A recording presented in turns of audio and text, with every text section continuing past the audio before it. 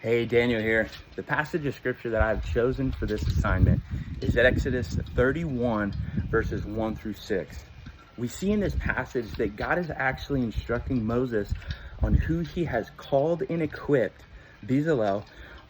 He has filled him with the Spirit of God in wisdom, in understanding, in knowledge, and in all kinds of craftsmanship to be put forth towards the construction of the tabernacle. This is along with also a man named Aholiab that is going to be in charge of like all the fine linens and all that cool stuff. We see that this passage of scripture is actually found in the bigger story towards the end that actually starts in Exodus 25, where God is instructing Moses on how he desires for his people, Israel, to come and worship him. This is going to be all the tiny little minutia, little detailed things about the tabernacle that he wanted done to a standard of excellence to worship him. A massive theological principle that we can actually draw from this is that just as Bezalel was called and equipped by God, we see that it was for the people of Israel to come closer in worshiping God. So when God is calling and equipping us in the things that we do in our lives, we can know that it is so that others can come into a deeper relationship with him. It's compounding interest. That's how our God functions. He desired for us to be in community.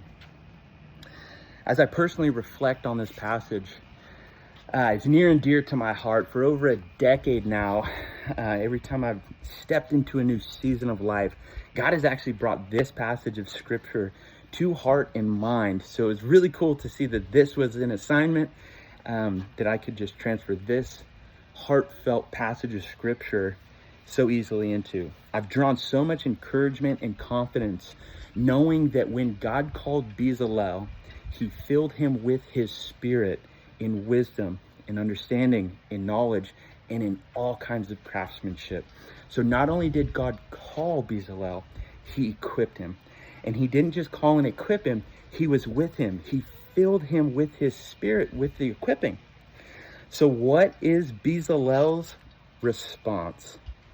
All he needs to do is slow down and respond in obedience towards building the kingdom of heaven. And for him, he's just building the tabernacle, which in itself, in turn, is building the kingdom of heaven. Now, as I take this and I reflect on it and I apply it to my current vocation, you might be wondering, why is he outside and whose house is he in front of? Well, this is my house, just for clarity's sake. What I actually get to do is I am invited into people's homes. I go into their attics, I check out their attic installation, talk options and scheduling. And that's what I do for a vocation. Well, that's what I do for money. But what I truly do when I go into their homes is I desire to make the presence of God known within whatever home I'm going into. I know God has called me and equipped me to do that. And I know that I must have a mindset, just as Bezalel, towards building the kingdom of heaven and to be obedient in doing that. So in conclusion, we can reflect on the principle that God has called us, he has equipped us, he is with us.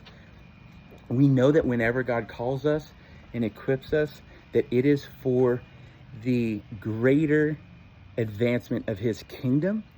And we know that he is utilizing us in community, in fellowship with us, to have a bigger impact in the world that we live in so that he can be made known in a deeper and more beautiful way in the lives of others.